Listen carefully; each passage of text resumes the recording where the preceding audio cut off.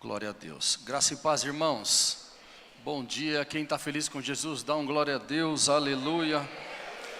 Abençoamos os nossos filhos, nossas crianças, que eles possam ter um tempo de aprendizado na Tua Palavra, que os professores possam ser cheios de graça e sabedoria para conduzi-los no caminho do Senhor, em nome de Jesus. Amém? Obrigado meu paizão, obrigado meu pastor pela oportunidade, sou muito grato. Eu gostaria de compartilhar algo que o Senhor colocou no meu espírito, que é muito importante para a gente, principalmente nos momentos de dificuldade, momentos de lutas, de crises, nós termos. Eu queria que você abrisse comigo em Apocalipse 4. Quero ler 2 versos, a partir do verso 1. Apocalipse 4, verso 1.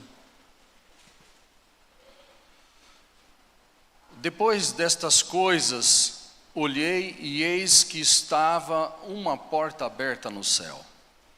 E a primeira voz que, como de trombeta, ouvira falar comigo, disse: sobe aqui, e mostrar-te-ei as coisas que depois destas devem acontecer. Verso 2.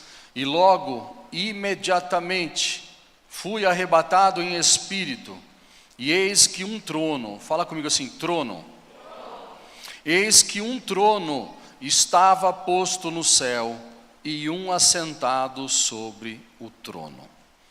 Glória a Deus. Eu queria falar um pouquinho nessa manhã, sobre revelações que nós podemos ter de Deus e do seu trono.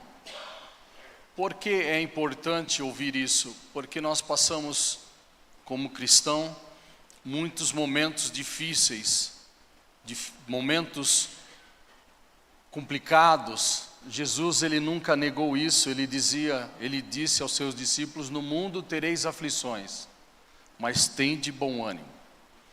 E se nós tivermos uma revelação do trono e de quem está assentado no trono, tudo muda na nossa vida. Independente do momento que estamos vivendo, passando, da adversidade, porque com certeza passamos por lutas, passamos por provas. Tem um versículo que eu gosto, que está em Salmo 89, e antes de começar a pregar, eu gostaria de ler, no versículo 14, que diz assim: justiça e juízo são a base do seu trono. Benignidade, outras versões diz misericórdia e verdade, vão adiante de ti. Na NVI ela diz assim: a retidão e a justiça são alicerce do teu trono. O amor e a fidelidade vão à tua frente. Então, estamos vivendo dias tão difíceis, tão complicados. A palavra diz em 2 Timóteo, se eu não me engano, no capítulo 3, a partir do versículo 1, que diz a respeito dos últimos dias. Diz de como estão os homens nesses dias. Dias trabalhosos, dias difíceis. Os homens já não têm mais a visão correta, já não têm mais a percepção do que é certo, e eles estão invertendo os valores. A visão está invertida. As pessoas querem ser promovidas, querem fazer da maneira que ela acha que é bom, mas no reino de Deus não é assim. O reino de Deus tem a sua base, tem o seu meio, tem a sua maneira. Estamos vivendo dias difíceis, porque você vê lá fora, veja a notícia, estamos vivendo dia de guerra. Os reinos estão sendo abalados. Os países, um entrando em guerra com o outro. Mas a certeza é que o reino de Deus não se abala. Ele permanece para todo sempre, imutável. E eu queria chamar a atenção nessa manhã, a minha e a sua atenção, para que a gente possa entender como Deus procede, como o seu reino se move, e como eu posso atrair o olhar de Deus para a minha vida, para a nossa vida como igreja. Os homens aí fora, eles se atentam mais para a aparência externa, né?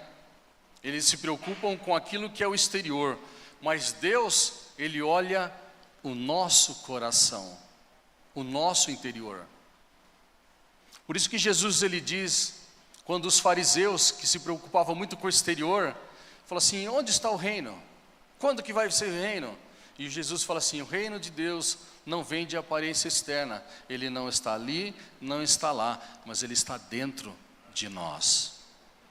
Então eu convido vocês a muito mais do que ter uma revelação, um olhar para o trono de Deus, algo exterior, eu convido a você a fazer uma análise interior, procurar o reino de Deus dentro de nós.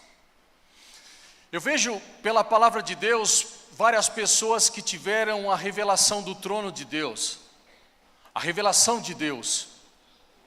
Homens que no momento de dificuldade, eles começaram a procurar a Deus, não em pessoas, não fora, mas dentro. O próprio apóstolo João, a quem escreveu esses 2 versículos que nós lemos de Apocalipse 4.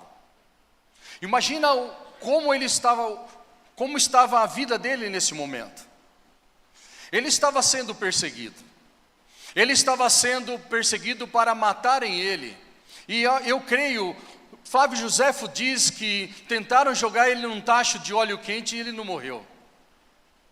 Um historiador, um estudioso diz, então não tem como matar alguém que já morreu por Cristo Jesus. Alguém que já deu a sua vida pelo bem maior daquilo que ele carrega. Agora ele carrega o reino. Agora ele carrega o próprio Senhor Jesus, o autor e consumador da vida dentro dele. Então não tem como fazer, não tem como matar. Então vamos prender ele. Vamos colocar ele junto com aqueles presos mais perigosos. Vamos levar ele na ilha de Patmos e vamos largar ele lá. No momento de maior crise, então, eu imagino João, como ele era disciplinado, acostumado a orar, e nos momentos de oração, então, ele começa a orar, e aí de repente ele ouve a voz inconfundível, a voz de muitas águas, a voz de Jesus dizendo, João, sobe aqui. A palavra diz que ele elevou os olhos e eis que viu uma porta aberta nos céus e a voz dizendo, sobe aqui. Esse mundo não tem nada para você, mas eu quero te dar uma revelação que vai transformar gerações. A palavra diz que ele, e achei-me em espírito. Então ele teve a revelação do Senhor assentado no seu trono. Ele vê um arco, ele vê os seres viventes, ele vê 24 tronos, ele tem uma visão que, olha, a gente tem que voltar a ver essas coisas como João viu, porque muda toda a nossa vida. Vemos o próprio diácono Estevão, né, no seu momento de maior dificuldade, maior luta, ele sendo apedrejado, de repente, ele olha para o céu, e ele vê o céu aberto. Ele vê Deus assentado no trono, e o Senhor Jesus à sua destra. Eu imagino Jesus dizendo assim, Estevão, esse mundo não é para você. Vem para cá. Estevão é um homem tão cheio de Deus. Estevão significa coroado, ou aquele que possui uma coroa. Ele foi coroado porque no momento de mártir, de momento de dificuldade, ele elevou os céus e olhou e falou assim, ele viu o trono, viu Deus assentado, e lá nada muda, e Deus falando, vem para cá. Aí ele faz uma oração, né? Pai, perdoa-os, eles não sabem o que fazem. Quantos homens e mulheres a palavra de Deus nos mostra que tiveram uma revelação do trono, que mudaram o foco, tiraram o momento de perseguição, de luta, adversidade, de enfermidade, de problemas e olharam para o céu e viram. Isaías é um que vocês conhecem, no capítulo 6. A palavra já começa dizendo: no ano que morreu o rei Uzias. Um momento de crise, um momento de dificuldade, um momento de dor, um momento de morte. O rei Uzias era um rei bom, tudo indica que ele era muito íntimo de Isaías, e ele olha para o trono agora, e olha o trono terreno vazio. Cadê o rei? Ele morreu. Mas no momento de dificuldade ele olha para os céus, e lá o trono nunca está vazio.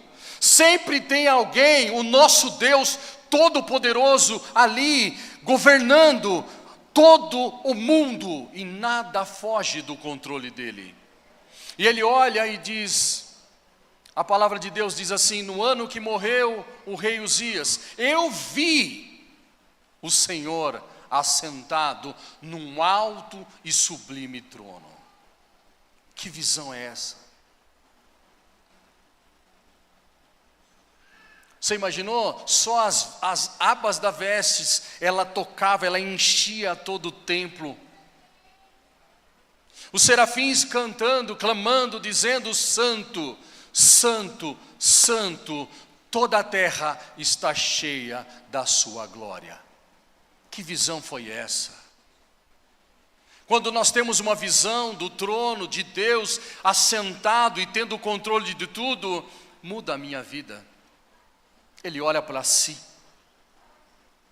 e ele diz: ai de mim, porque os meus olhos viram o Senhor dos exércitos. Ai de mim, que eu sou um homem de lábios impuros e habito no meio de pessoas de lábios impuros. Mas quando temos uma visão e Deus acha graça, Deus olha para nós e acha graça aos seus olhos, Ele manda uma resposta. A palavra fala que um serafim tira uma brasa do trono e toca nos lábios de Isaías. E ele muda. Deus faz uma pergunta: quem enviarei? E ele diz: eis-me aqui. Você sabe por que a gente não alinha no nosso chamado, no nosso propósito? Porque não temos revelação de Deus e não olhamos para dentro de nós, enxergar a nossa pobreza, a nossa dificuldade, a nossa falha, e precisamos de Ti. Mas uma das visões que me chama mais a atenção foi de um homem, de um profeta de Deus chamado Ezequiel. A palavra diz que o profeta Ezequiel foi levado cativo para a Babilônia ao exílio. Ele foi junto com o povo para a Babilônia. E quando ele está às margens do rio Quebar, o profeta Ezequiel significa Deus fortalece e Deus dá força. O que eu aprendo só com o nome de Ezequiel é que no momento de crise, de dificuldade, de cativo, Deus nos dá força. Deus nos fortalece para a gente poder viver aquilo que Ele tem para nós. E ele estava às margens do rio Quebar. Daqui a pouco ele eleva os seus olhos e ele tem visões. Ele vê Deus, ele vê o trono. Só que ele não fala do trono. O Ezequiel, ele fala o seguinte: eu vi rodas sobre rodas. Eu vi olhos dentro das rodas. Eu olhava e quando eu via, estava com uma face de um homem. De repente eu olhava de novo, ali ele via um novilho. Ele olhava de novo, ele olhava, via um leão. E quando ele olhava novamente, ele via uma águia. Ele falava: como que eu vou explicar tudo isso que eu vejo? Ele viu algo que na nossa mente humana é indescritível. Ele olhava rodas, sobre rodas. As rodas se moviam. Onde o Espírito queria que ela fosse, ela se movia. Eu queria pregar um pouquinho hoje sobre isso. Pouco tempo que nós temos nesta manhã e falar sobre esta visão. Porém, nós precisamos ter entendimento de duas condições para ter as revelações ou as visões de Deus. A primeira é, conforme está escrito, Deus dizendo para João: sobe aqui. Amado, se a minha mente, se o meu desejo, se a minha vontade, se as minhas forças não forem movidas pelo céu, eu não vou ter revelações do céu. Então a primeira condição, Deus está dizendo: sobe aqui. Eu tenho que entender que o reino dos céus é muito mais elevado do que esse da terra. Eu tenho que parar de ficar procurando nas coisas terrenas, nas coisas aqui de baixo, aquilo que é sobrenatural. A palavra já diz, é sobre o natural. Jesus, ele dizia no Sermão do Monte, em Mateus 6,33, buscai o reino de Deus e a sua justiça, e as demais coisas, em primeiro lugar, e as demais coisas lhe serão acrescentadas. Paulo, ele escreve a carta aos Colossenses no capítulo 3, ele disse assim, pensai nas coisas lá do alto, buscais nas coisas lá do alto, onde Cristo está assentado. Cristo que ressuscitou está sentado à destra de Deus. O salmista diz: eleva os meus olhos para o alto, para o monte, de onde me virá o socorro? Eu preciso entender que se a minha mente não subir, eu não pensar, não buscar as coisas do céu, eu não vou conseguir ter as revelações de Deus. Porque se o meu coração está cheio da terra, não cabe as coisas do céu. E Deus quer revelar segredos, propósitos. Deus quer mostrar coisas grandiosas para nós, mas nós temos que ter o coração totalmente voltado a Deus. A palavra também diz que não só subir. A palavra fala o seguinte: a voz, Jesus dizendo, sobe aqui. E ele teve uma resposta. A resposta é: e achei-me em espírito. Se eu não tiver uma vida espiritual sadia, se eu não tiver crucificado a minha carne, a natureza velha, a minha vontade carnal e terrena para as coisas dessa terra, eu não vou conseguir as revelações de Deus. Por quê? Porque é espiritual. Por que muitas das vezes nós não mudamos as nossas vidas? Porque não compreendemos o que é espiritual.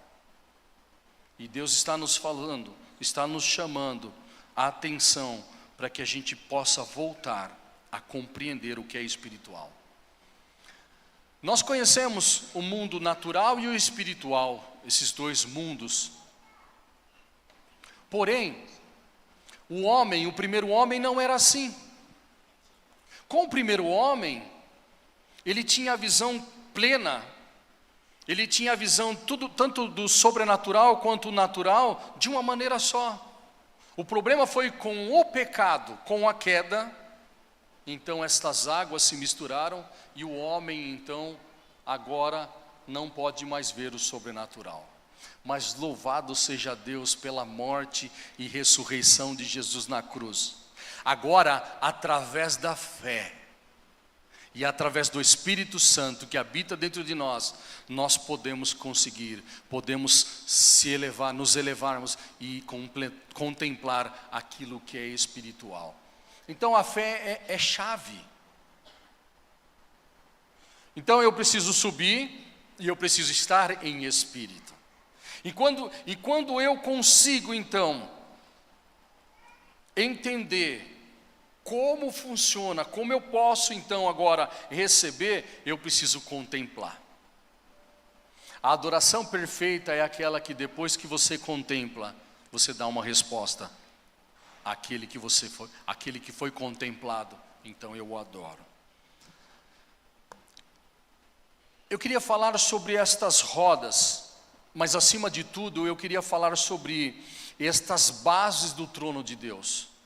Imagina o trono de Deus comigo, só para a gente ter uma compreensão mais clara. Vamos dizer que se fosse essa cadeira física, uma cadeira natural. Existem 4 bases que dão sustentação para o trono. Eu chamo isso de atributos de Deus. Deus, um rei tem o seu trono. O seu trono é um trono que fica lá na sala do trono. Um lugar onde ele delibera decretos. Um lugar onde ele declara sentenças. A sala do trono, para você que conhece o tabernáculo, por falar nisso em tabernáculo, eu faço um convite para vocês amanhã à noite.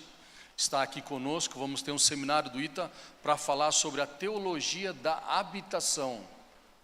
E se você não compreende o tabernáculo de Moisés, você não vai entender o propósito de Deus, que foi se revelar e habitar no meio do seu povo. O Santo dos Santos representa a sala do trono. Então o rei, ele tinha no seu palácio uma sala, um lugar aonde ele tinha o seu trono. E o trono dele tinha 4 bases, vamos dizer assim, para simplificar melhor a compreensão, como uma cadeira física. Eu chamo isso de 4 atributos. Porém,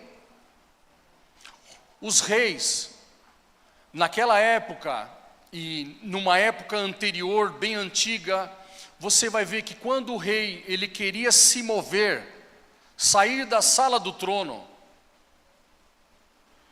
ele usava um trono móvel, que os estudiosos dizem que se chama merhavá em hebraico, que nada mais é que uma carruagem. O que o profeta Ezequiel viu foi uma visão destas rodas se movimentando e um ser assentado naquele trono e se movendo. Ela se movia segundo as catracas, uma hora estava aqui, outra hora era ali, outra hora se movia. E as rodas, elas andavam em zigue-zague. Eu queria falar um pouquinho com você sobre estes 4 fundamentos que nós lemos em Salmo 89. Que para mim atrai o trono de Deus para a nossa vida. Esses 4 fundamentos, essas 4 rodas, esses 4 atributos que o homem ele desenvolve, atrai o olhar de Deus para as nossas vidas. Isso aqui, amado, muda a nossa vida. O primeiro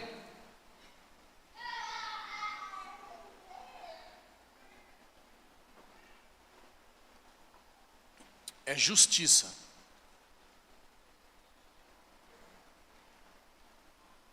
No mundo aonde não se há justiça, Deus está dizendo, quer mover o trono, justiça.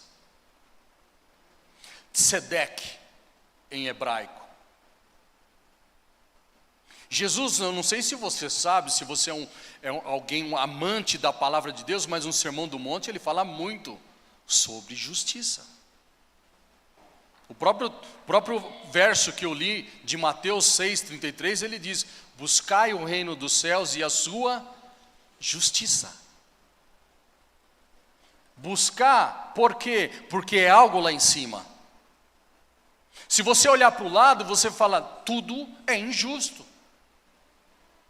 Mas quando você pratica justiça, Deus olha lá de cima e fala assim: há um justo lá, eu vou me olhar, me atrai.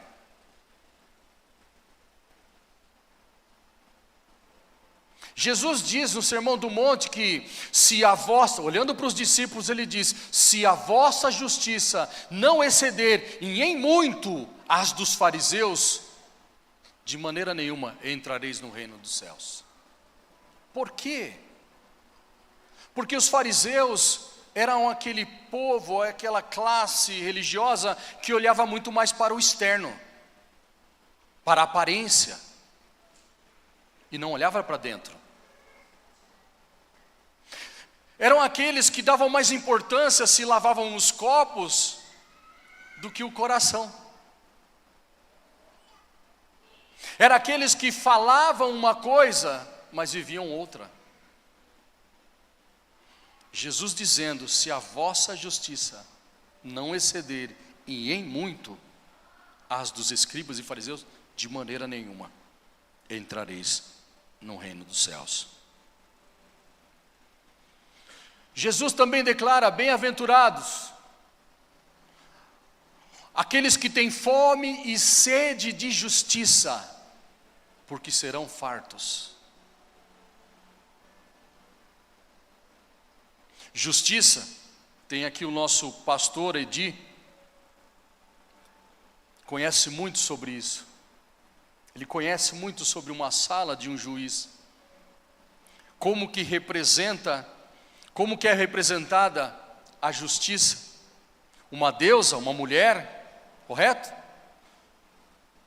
Eu escrevi porque eu não sou da área, tá? Mas ele está lá assim, é isso aí. Uma mulher vendada, uma deusa, segurando uma espada na mão direita e uma balança na mão esquerda. Venda nos olhos, porque a justiça é cega. Correto, meu pastor? Ele está fazendo assim, então eu estou aproveitando. Ele está dando um respaldo.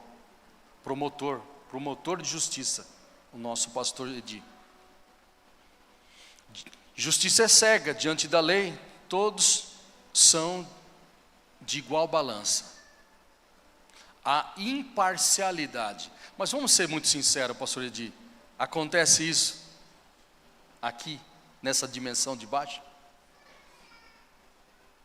Então, quando Deus olha um justo, alguém que pratica justiça, o trono dele se move.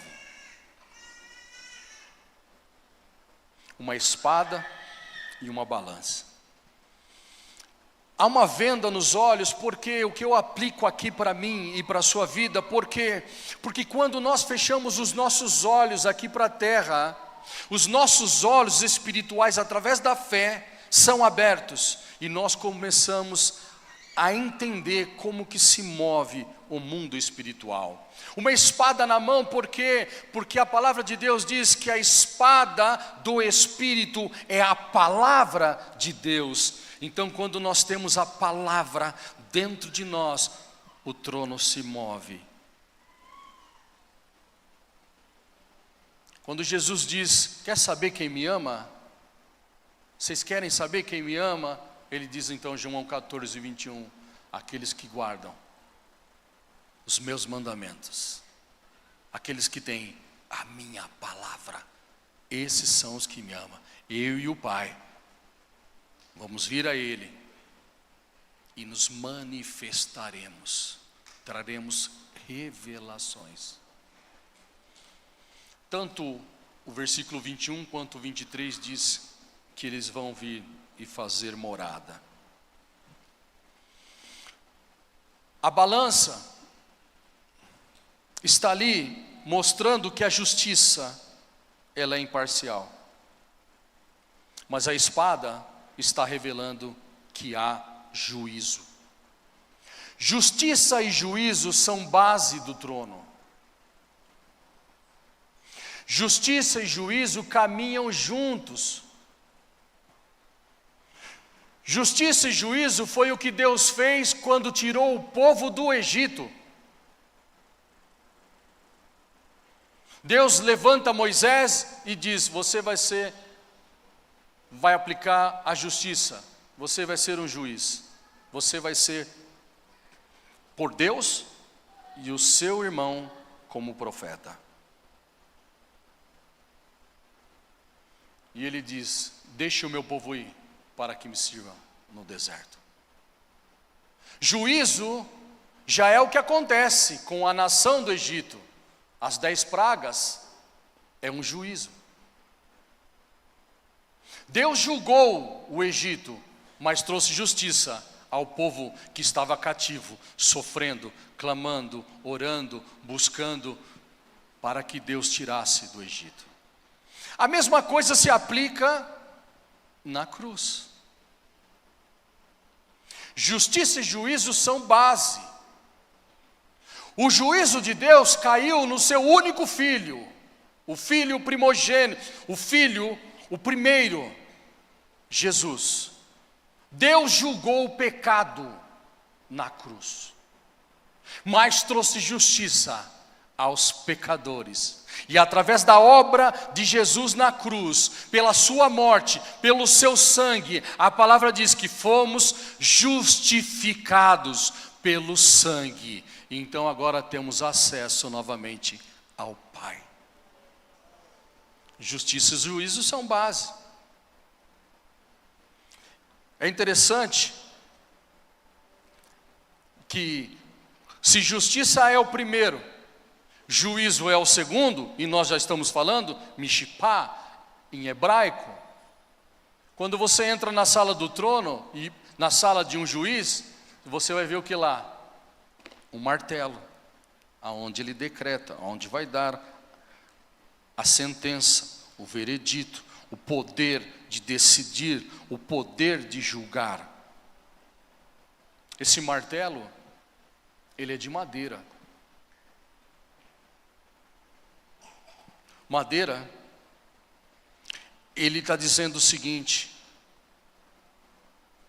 ele tem a ideia de que foi extraído de uma vara, tem a ideia de um cajado.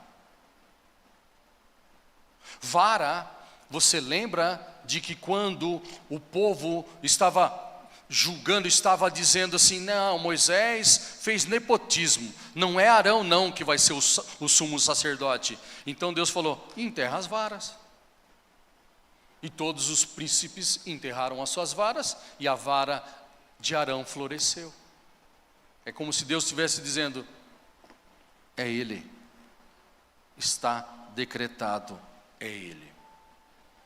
A vara, o martelo, ele coloca ordem, ele determina um veredito final. Então não só vara, bordão, como o cajado. Quando Moisés precisava entender o que ele carregava, a autoridade que ele carregava, ele vê o mar adiante, o mar vermelho, e ele começa a clamar a Deus.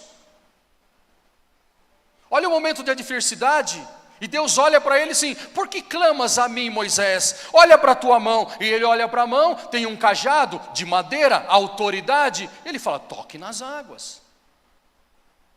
Então, o cristão, muitas das vezes, ele procura em outras pessoas aquilo que Deus já depositou dentro dele, uma autoridade. Autoridade a qual Jesus disse: você tem autoridade para pisar serpentes e escorpiões. Você tem autoridade para ligar na terra tudo que foi liberado no céu. Você tem autoridade para desligar na terra aquilo que é desligado no céu. Mas nós ficamos esperando de outras pessoas. Por quê?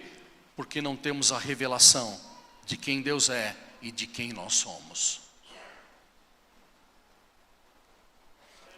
Um pastor, quando a ovelha está se perdendo ou ela precisa ser corrigida, ele usa a vara, ele usa o cajado.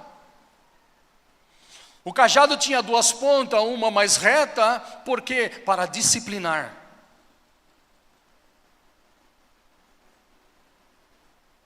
Ovelha sem disciplina é complicado. A palavra de Deus diz que o pai, ele disciplina os filhos que ama. É daí que vem essa palavra discípulos também, por quê? Porque tem a ver com disciplina. Alguém que é disciplinado. E quem é disciplinado? Ele move. Por quê? Porque você tem 3 disciplinas que tem que aplicar aqui na terra: jejum, oração e meditação na palavra. A outra parte é a curva, onde a ovelha está se perdendo, caiu num buraco, o pastor pega ela e traz para perto. Salva, protege. Essa é a qualidade de um pastor.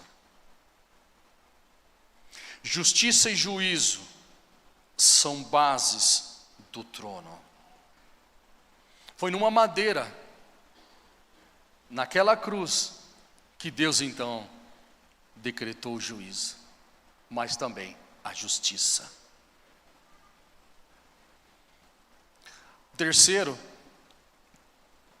A terceira base, a terceira roda que nós precisamos entender, porque essas catracas elas se movem, se chama misericórdia. Hesed, em hebraico, que também em outras versões diz benignidade, diz amor, também diz graça. A palavra de Deus diz que nosso Deus, Ele é misericordioso. A palavra de Deus diz que as misericórdias do Senhor são a causa de não sermos consumidos. Diz que as misericórdias do Senhor se renovam a cada manhã. Um dia, Jesus está passando por Jericó e estava alguém assentado à beira do caminho, um cego, chamado de filho de Timeu, Bartimeu. E ele diz: Jesus, filho de Davi. O que ele viu, hein? Davi não era rei?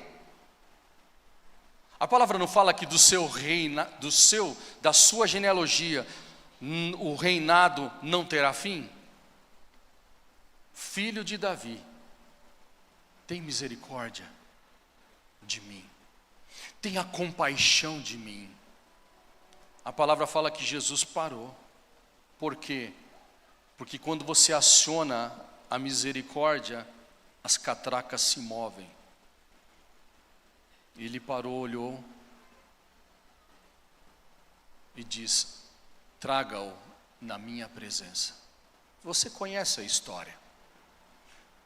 Jesus pergunta: o que queres que eu te faça? E ele diz: eu quero ver. Então veja. Deus está dizendo em um sermão do monte, Jesus, bem-aventurados os misericordiosos. O que é misericórdia? Lembra que também aqui pode ser aplicado como graça, amor, benignidade? É fazer o bem sem olhar a quem. É ser justo, independente da situação que estamos passando. Agora, amor e graça, benignidade, misericórdia, eles são uma coisa que atrai a Deus. Graça, sabe qual é a diferença entre graça e misericórdia? Graça é dom. Graça é aquilo que eu não mereço, eu recebo. Pela graça sois salvos, mediante a fé. Isso não vem de vós, é dom. A obra foi dele na cruz, Jesus. Aquilo que eu mereço eu não recebo, isso é graça. Aquilo que eu não mereço eu recebo, isso é graça. Agora, misericórdia é o contrário. Aquilo que eu não mereço, eu recebo. Por quê? Porque eu merecia juízo. Mas Deus julgou o pecado na cruz do Calvário, no seu Filho. E se olhou para mim e Ele teve misericórdia. Misericórdia é olhar com os olhos a miséria do próximo com os olhos do coração. É você ver a pobreza, a miséria que o outro carrega e ser compassivo. Você se inclinar em direção e falar: eu quero te ajudar. Isso atrai a Deus. E o último, para a gente encerrar, é verdade. Justiça, juízo, misericórdia e verdade. Emet, em hebraico, que também é traduzido como fidelidade e retidão. Não tem como se achegar a Deus se você não mover a verdade. Um dia, Jesus foi levado a Pôncio Pilatos para julgar. E ele diz assim: o que é a verdade? É uma pergunta que ecoa até hoje. Jesus responde, se você quer saber mais, amanhã eu vou falar sobre isso. As portas de entradas do tabernáculo. Jesus, ele diz isso em João 14,6. Eu sou o caminho e a verdade e a vida. Ninguém vem ao Pai senão por mim. A verdade é o acesso para dentro da tenda, o santo lugar. A verdade é quando você entra pela verdade, e agora você tem acesso à comunhão na mesa dos pães, à oração no altar de incenso e a menorá, as 7 lâmpadas que estão acesas, a única iluminação que está dentro da tenda, você tem acesso. Por quê? Porque você passa pela verdade. É o Espírito. Ali fala dos 7 Espíritos de Deus, as 7 chamas de Deus. É o Espírito que guia sobre toda a verdade. Se você não viver a verdade, você não entra no último acesso, que é o nosso objetivo, o Santo dos Santos, que se chama vida. A vida do tipo de Deus. A verdade, ela precisa ser praticada. Quanto maior é o conhecimento, e o pastor Edi, o nosso doutor Edi, ele sabe, e ele ministra tanto sobre isso, sobre intimidade, maior se vai ter sobre verdade. Por quê? Porque conhecereis a verdade, e a verdade vos libertará. Então, a verdade é que do trono de Deus existe um rio, cujas águas fluem do trono e ela mata a sede. A palavra fala em Apocalipse que estas águas, ela é cura para as nações. São estas águas que, conforme o trono se move, está matando a sede do povo. Estas águas podem se mover na minha e na sua vida. Basta nós querermos, buscarmos e desenvolvermos estas virtudes, esses atributos que Deus tem e Ele compartilha com nós. Pessoal do louvor, por favor. Deus nunca quis um trono físico. O trono de Deus, olha para o lado assim, olha para o lado assim, olha para o seu irmãozinho aí. O trono de Deus está dentro dele. Se ele é um crente salvo em Cristo Jesus, o Pai habita nele, o Espírito Santo habita nele, o Filho habita nele, e agora Deus, aquele que rege todas as coisas, estabeleceu o trono na vida dele. Esse é o desejo de Deus, habitar dentro de nós, exercer tudo dentro de nós. E eu queria encerrar mostrando que nós podemos, que nós, na verdade, devemos contemplar o Senhor assentado no trono. Porque quando nós vemos Ele, a nossa vida muda. Assim como Isaías. Assim como foi também com o profeta Elias, que teve experiências sobrenaturais com Deus, e quando ele tem cumprido o seu ministério, o que a palavra de Deus vem e diz? Carros de fogo, cavalos de fogo, veio uma carruagem, e num redemoinho levou para o céu. Você quer mover o trono de Deus, movam as rodas. Seja justo. Entenda juízo. Entenda que juízo e também misericórdia, um puxa o outro. Você merecia a morte, mas o juízo foi no Filho, porque Ele teve misericórdia. E agora vamos caminhar sobre a verdade. A palavra é a verdade. Vamos caminhar sobre esta palavra. Vamos buscar, vamos deixar os prazeres do mundo para ter visões do trono de Deus. Amém? Você está disposto? Fica de pé. Você está disposto a viver isso? Sempre quando o rei vem, consigo vem o reino, consigo vem o trono, consigo vem a justiça, o juízo, misericórdia e verdade. Deus nos chamou para sermos como Ele é. Deus quer que nós, como igreja, possamos entender como se move o reino dos céus para trazer aqui na terra. Quando Jesus diz, o reino dos céus não está aqui, não está ali, mas Ele está dentro de nós, é a mesma coisa quando João Batista pregava, arrependei-vos, porque está próximo o reino dos céus. Jesus vem na mesma pegada, na mesma mensagem e diz, arrependei-vos, porque é chegado o reino dos céus. Qual é a mensagem da igreja hoje? Arrependei-vos, porque o reino dos céus está dentro de nós. O trono de Deus, a sala do trono está dentro de nós. Só que se a gente não se arrepender, nunca teremos visões do Senhor nosso Deus. E o que é arrependimento? No grego é metanoia, mudança de mente, mudança de pensamento, que vai gerar uma atitude. Assim como Isaías teve. Ele viu, mudou a maneira de pensar, foi tocado, mudou a sua vida. E ele foi o profeta que mais escreveu sobre a missão de Jesus como servo sofredor.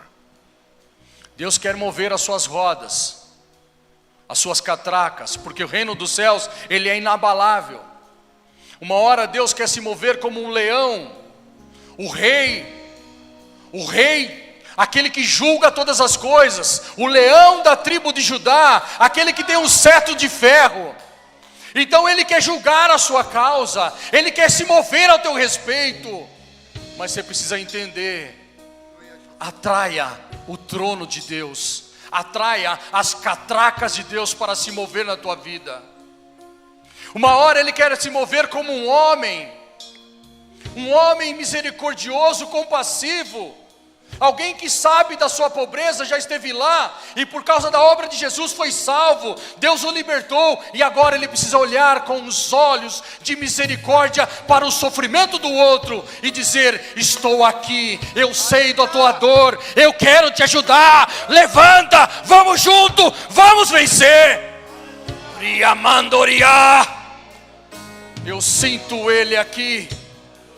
Ramando Kiarabalai. Uma hora nós precisamos mover a catraca como águia. Por quê? Porque nossa vida está pautada na terra e nós não conseguimos enxergar mais nada, só terra, terra, terra. Deus está dizendo, eu vou te pegar como águia, e vou te levar a ver coisas que nem olhos viram, nem ouvidos ouviram, nem penetrou no coração de ninguém o que eu separei para você.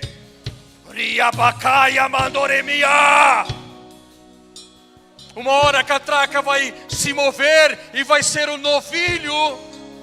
Jesus como servo, o servo sofredor.